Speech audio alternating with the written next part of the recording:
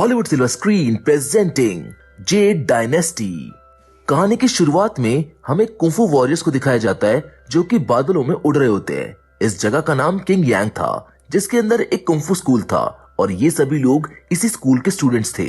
यहाँ पर हम जैंग नाम के एक लड़के को देखते हैं। जैंग भी इस स्कूल का स्टूडेंट था, लेकिन जैंग बहुत कमजोर था। वो अपने सीनियर्स की तरह पावरफुल नहीं था, लेकिन जैंग दिल का साफ इंसान था, इसीलिए इसके सीनियर्स इसको पसंद करते थे और जैंग सभी लोगों के लिए खाना बनाता था। इन सब में एक टिया नाम की लड़की भी थी जो कि इनके मास्टर की बेटी थी और शायद जैंग टिया को पसंद भी करता था, लेकिन टिया उसे अपना भाई समझती थी और हमेशा उसका ख्याल रखती थी। अब डिनर के वक्त सब लोग जैंग से बातें कर रहे होते हैं क्योंकि 10 साल हो गए थे, लेकिन जैंग अभी तक अच्छा कुंफू वॉरियर नहीं बन पाया था। टिया हमेशा जैंग की ट्रेनिंग में मदद करती थी।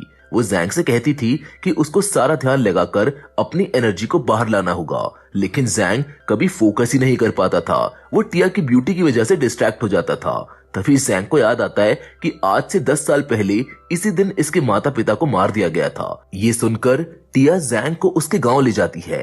जैंग टिया को बताता है कि जब वो 10 साल पहले बचपन में अपने घर वापस जा रहा था तो उसके घर के पास बिजली का एक घेरा बना हुआ था। जैंग के फादर जो कुंफू मास्टर थे वो किसी डीमन से लड़ रहे थे और उसने मास्क पहना हुआ था। उन्होंने डीमन को हरा भी दिया था, लेकिन लास्ट में उस डीमन ने उनके ऊपर थंडर वाला वार किया और सब खत्म हो गया। वो बताता है कि सुबह मैं और मेरा दोस्त जागे तो गांव के सारे लोग मारे गए थे, जिन लोगों में उसके माता पिता भी शामिल थे। जैंग ने तभी कसम खाई थी कि वो अपने माता पिता की मौत का बदला जरूर लेगा और उसी समय जैंग कुंफू मास्टर का स्टूडेंट बन गया ताकि वो अपने माता पिता का बदला ले सके। जिसके बाद से जैंग स्कूल में है। जैंग टिया से बताता है कि 10 साल हो गए, मुझको अभी भी पता नहीं चला गांव वालों की मौत का जिम्मेदार कौन था। जिसके बाद अब हम स्कूल को देखते हैं जहाँ सारे कुंफू मास्टर इकट्ठे हुए थे और उनमें एक लेडी मास्टर भी होती है जो सिर्फ लड़कियों को ही अपना स्टूडेंट बनाती थी। और यहाँ पर ये सब लोग कुंफू कॉन्टेस्ट की बातें करते हैं जिसमें सभी स्कूल के स्टूडेंट हिस्सा लेने वाले थे। तभी वो लेडी मास्टर भी कहती है कि उनकी एक स्टूडेंट लू भी इसमें हिस्सा लेगी और उसे जीतने से कोई भी नहीं रोक सकता। अब रात में सब लोग चुपके से लू की ट्रेनिंग देखने जाते हैं। लू बहुत ही ज्यादा सुंदर थी, लेकिन बहुत ज्यादा लोगों की वजह से जैंग उसके सामने गिर जाता है और यहाँ पर लू जैंग को सजा देती है जहाँ वो उसके ऊपर खुजली वाले इंसेक्ट्स को छोड़ देती है। रात को टिया जैंग की बॉडी पर एक ऑयल लगाती है जिससे जैंग की बॉडी को रिलीफ मिलता है और ये ऑयल बड़ी मुश्किल से मिलता था। टिया फिर भी इसको ढूंढ लाई थी। अब जैंग समझ जाता है कि शायद टिया भी उसको पसंद करती है। अगले दिन जैंग नदी पर जाता है और किसी को आवाज लगाता है। उस नदी में से एक बड़ा सा ड्रैगन बाहर निकलता है। जैंग कभी कभार इस ड्रैगन से मिलने आता था और इसके लिए बहुत सारा खाना भी लाता था। जैंग अब उस ड्रैगन को बताता है कि वो टिया को प्रपोज करने वाला है। दूसरी ओर टिया अपने फादर की कुंफू की सारी किताबें जैंग को ला कर देती है क्योंकि वो चाहती है कि कॉन्टेस्ट से पहले जैंग एक अच्छा कुंफू वॉरियर बन जाए। जिसके बाद वो अपनी ट्रेनिंग करने लगता है। तभी जो उसके पास लॉकेट था वो चमकने लगता है जिसको उसके फादर ने दिया था।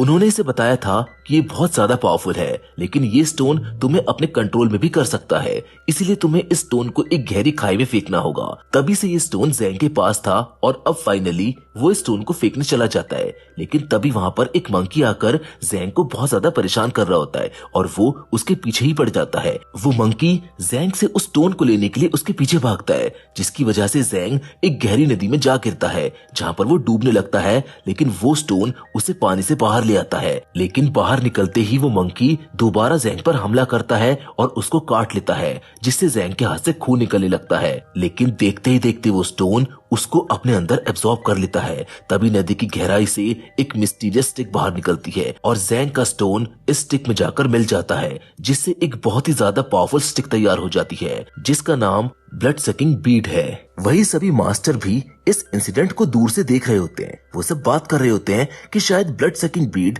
फिर से दिखाई दी है और अब घोस्ट किंग इसको लेने जरूर आएगा। दूसरी ओर हम यहाँ पर घोस्ट किंग और कुछ डीमंस को देखते हैं। घोस्ट किंग अपने एक साथी को इस स्टिक को लेने भेज देता है। अब जैंग को दिखाया जाता है जहाँ फिर से वो मैजिकल स्टिक जैंग के पास आ जाती है और वो मंकी को दलदल में धंसने से बचाता है, जिससे वो मंकी अब जैंग को परेशान करना भी बंद कर देता है। जिसके बाद एक अनजान लड़की जैंग पर अटैक करती है और उस मैजिकल स्टिक को चुराने की कोशिश करती है, लेकिन तभी वहाँ पर लू और टिया आ जाती है जो जैंग को बचाने जाने की कोशिश करती है, जिन्हें देखकर वो लड़की वहां से भाग जाती है। तभी ज़ैंग इस बात को नोटिस करता है कि जिस हाथ पर मंकी ने काटा था वो अब बिल्कुल ठीक हो गया है। अब इस बात का ये मतलब था कि इस स्टिक में हीलिंग पावर भी है, लेकिन ज़ैंग इस मैजिकल स्टिक के बारे में किसी को कुछ नहीं बताता। नेक्स्ट डे जब ज़ैंग सो रहा होता है तब वो अनजान लड़की फिर से आती है और फिर से उस स्टिक को चुराने की कोशिश करती है, लेकिन जैसे ही वो उस स्टिक को चुराकर भागती है वो स्टिक दोबारा उसको खींचकर वापस ज़ैंग के पास ले आती है। और ये सब देखकर ऐसा लग रहा था जैसे ये स्टिक ज़ैंग से जुड़ गई हो। इसी तरह सुबह हो जाती है और वो लड़की ज़ैंग के जागने पर वहां से भाग जाती है। अब ज़ैंग के मास्टर उसको बताते हैं कि वो भी इस कुंफू कंपटीशन में हिस्सा लेगा। इस न्यूज को सुनकर ज़ैंग बहुत ज्यादा खुश होता है। तभी ज़ैंग का दोस्त भी वहां पर आ जाता है जो कि कंपटीशन से जुड़ी कुछ खबर लाया था, और यहाँ पर हमको पता चलता है कि शायद टिया ज़ैंग के दोस्त को पसंद करती है।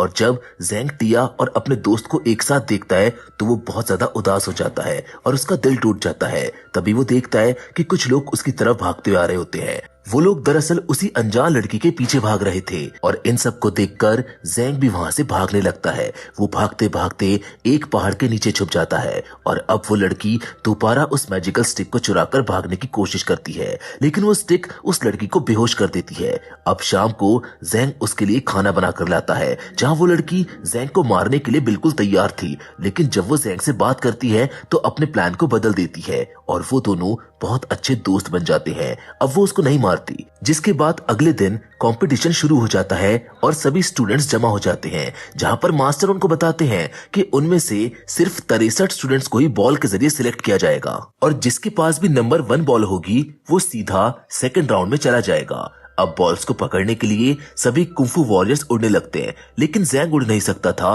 तभी उसको एक बॉल जमीन पर पड़ी हुई मिलती है। इससे पहले ज़ैंग उस बॉल को उठाता, ल्यू अपनी बॉल से उस बॉल को बदल देती है, जहां पर ज़ैंग को पता चल जाता है कि उसको नंबर 1 बॉल मिली है। अब उसे इस कंपटीशन में लड़ना नहीं पड़ेगा, जिसके बाद वो लू से पूछता है कि उसने उसको नंबर 1 बॉल क्यों दी, जिस पर लू उसको जवाब देती है कि वो लड़कर आगे बढ़ना चाहती है, ना कि लक के भरोसे। अब राउंड नंबर 1 शुरू होता है और आधे स्टूडेंट्स एलिमिनेट हो जाते हैं। वहीं अब ल्यू इस कंपटीशन को जीतने के लिए बहुत मेहनत कर रही थी, जिससे उसकी बॉडी बहुत ज्यादा इंजर्ड हो गई थी, जिस पर उसकी मास्टर उससे कहती है कि वो राउंड 2 में हिस्सा ना ले, लेकिन ल्यू इस बात को नहीं मानती। तभी उसकी मास्टर उसको एक मेडिसिन देती है, जिससे वो जल्द ही हील हो जाती है।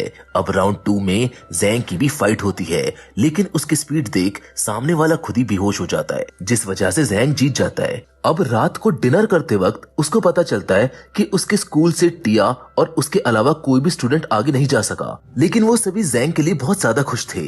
अगले दिन कंपटीशन में ज़ैंग की फाइट उसके दोस्त से और लू की फाइट टिया से होती है। यहाँ ज़ैंग अपने दोस्त के साथ बहुत अच्छी फाइट करता है और उसको हरा देता है, क्योंकि उसको लगता है कि शायद ज़ैंग ने अपनी मैजिकल पावर्स को छुपाया हुआ था और ज़ैंग बिल्कुल भी कमजोर नहीं था। अब ज़ैंग को भी अपने दोस्त की बात बुरी लग रही थी, क्योंकि वो स्टिक की वजह से ही जीत रहा था, जिसके बाद वो उस स्टिक को दूर फेंक देता है, जबकि दूसरी ओर लू टिया को फाइट में हरा देती है। और अब ज़ैंग के मास्टर भी उसको डांटते हैं, क्योंकि उसने अभी तक भी अपने इस पावर के बारे में किसी को नहीं बताया था। जिसके बाद ज़ैंग का मंकी रात को उसे नदी के किनारे ले जाता है, यहाँ पर लू बेहोश पड़ी हुई थी, जो कि बहुत ज्यादा सख्त ट्रेनिंग की वजह से इंजर्ड हो गई थी। ज़ैंग लू को उसकी मेडिसिन देता है, जिससे वो ठीक हो जाती है। यहाँ लू भी शायद ज़ैंग को पसंद करने लगी थी, क्योंकि अगले दिन दोनों के बीच में फाइट थी, लेकिन फिर भी ज़ैंग उसको यहाँ पर बचाने आया था। अगले दिन ज़ैंग के मास्टर उससे कहते हैं कि वो यहाँ तक इस कंपटीशन में आगे आया, ये बात इनके स्कूल के लिए बहुत बड़ी है। वो बोलते हैं कि अब ज़ैंग जीते या हारे इससे हमें कोई फर्क नहीं पड़ता, बस वो यही चाहते थे कि ज़ैंग को इस फाइट में ज्यादा चोट ना लगे। जिसके बाद ज़ैंग और लू की फाइट स्टार्ट हो जाती है। ज़ैंग अपने स्टिक के बगैर बहुत ज्यादा कमजोर हो गया था, वो बुरी तरह से इंजर्ड भी हो गया था, लेकिन फिर भी वो हार मानने के लिए तैयार नहीं था। ल्यू उस पर दोबारा अटैक करती है। अब ज़ैंग की स्टिक उसके पास वापस आ जाती है। ज़ैंग जो बहुत ही ज्यादा इंजर्ड हो गया था वो वापस से ठीक हो जाता है और अब वो लू को फाइट में हराने लगता है। उसके स्टिक को मास्टर भी पहचान लेते हैं कि ये ब्लड सकिंग बीट है। फाइट के अंत में ज़ैंग इस फाइट को जीत ही गया था, लेकिन वो लू को और ज्यादा इंजर्ड नहीं करना चाहता था, इसलिए वो जानबूझकर हार जाता है। दूसरी ओर हम उस लड़की को देखते हैं जो कि मैजिकल स्टिक को चुराने में नाकामयाब हो गई थी, जिसके बाद अब घोस्ट किंग सभी डीमंस को अर्थ पर भेज देते हैं और यहाँ पर हम पपेट डेमन को देखते हैं जो सभी कुंफू वॉरियर्स को कंट्रोल करके मार देता है। जिसके बाद हम एक और डीमन को देखते हैं जो सबको अपने अंदर अब्सॉर्ब कर लेता है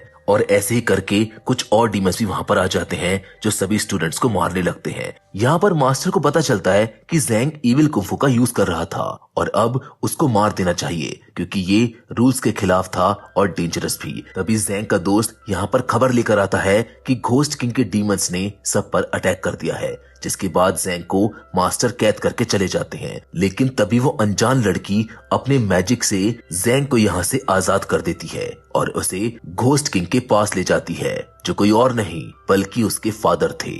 वहां पहुंचने पर घोस्ट किंग ज़ैंग से उस मैजिकल स्टिक को छीन लेता है, लेकिन उस स्टिक में ज़ैंग का खून था, इसीलिए वो दोबारा उसके पास चली जाती है।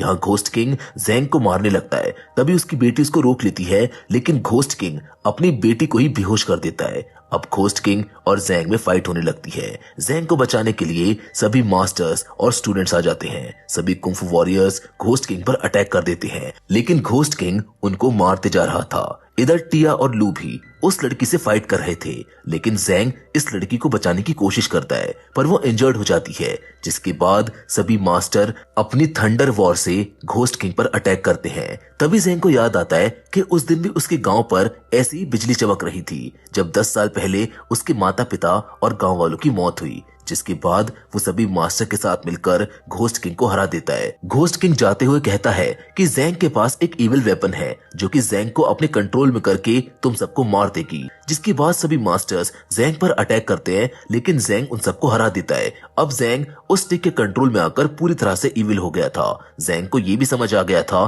कि इन मास्टर्स में से किसी एक ने ही उसके माता पिता को मारा था, जो कि उस दिन इनके गांव में ब्लड सकिंग बीट को लेने आया था और वो अपने ही मास्टर को मारने जाता है। लेकिन टिया बीच में आ जाती है। अब टिया ज़ैंग को वापस आने की कोशिश करती है और ज़ैंग टिया की बातों से दोबारा कंट्रोल में आ जाता है। वो लू के पास जाता है और उससे बोलता है कि वो उसको मार दे और लेडी मास्टर की बात सुनकर लू उस पर अटैक कर देती है, लेकिन ज़ैंग के सीनियर मास्टर उसके आगे आकर ज़ैंग को बचा लेते हैं और खुद मारे जाते हैं। अब लास्ट में लू भी ज़ैंग को नहीं मारती और कहती है कि वो कहीं दूर चला जाए। ज़ैंग उस लड़की को लेकर वहां से चला जाता है जो कि घोस्ट किंग की बेटी होती है और शायद उससे वो स्टिक लेने आई थी। जिसके साथ ये मूवी यहीं पर खत्म हो जाती है। इस मूवी से हमको सीखने को मिलता है कि कभी कभी आंखों देखी चीजें भी सही नहीं होती। ज़ैंग के साथ भी ऐसा ही हुआ। ज़ैंग ने सोचा कि जिन्होंने उसके माँ बाप को मारा वो लोग बुरे लोग थे, लेकिन असल में उसके पिता घोस्ट किंग थे जिनसे दुनिया को बचाना बहुत जरूरी था। इसलिए शायद इन मास्टर्स ने उनको मारने का कदम उठाया। हम उम्मीद करते हैं कि ज़ैंग की कहानी आपको पसंद आई होगी।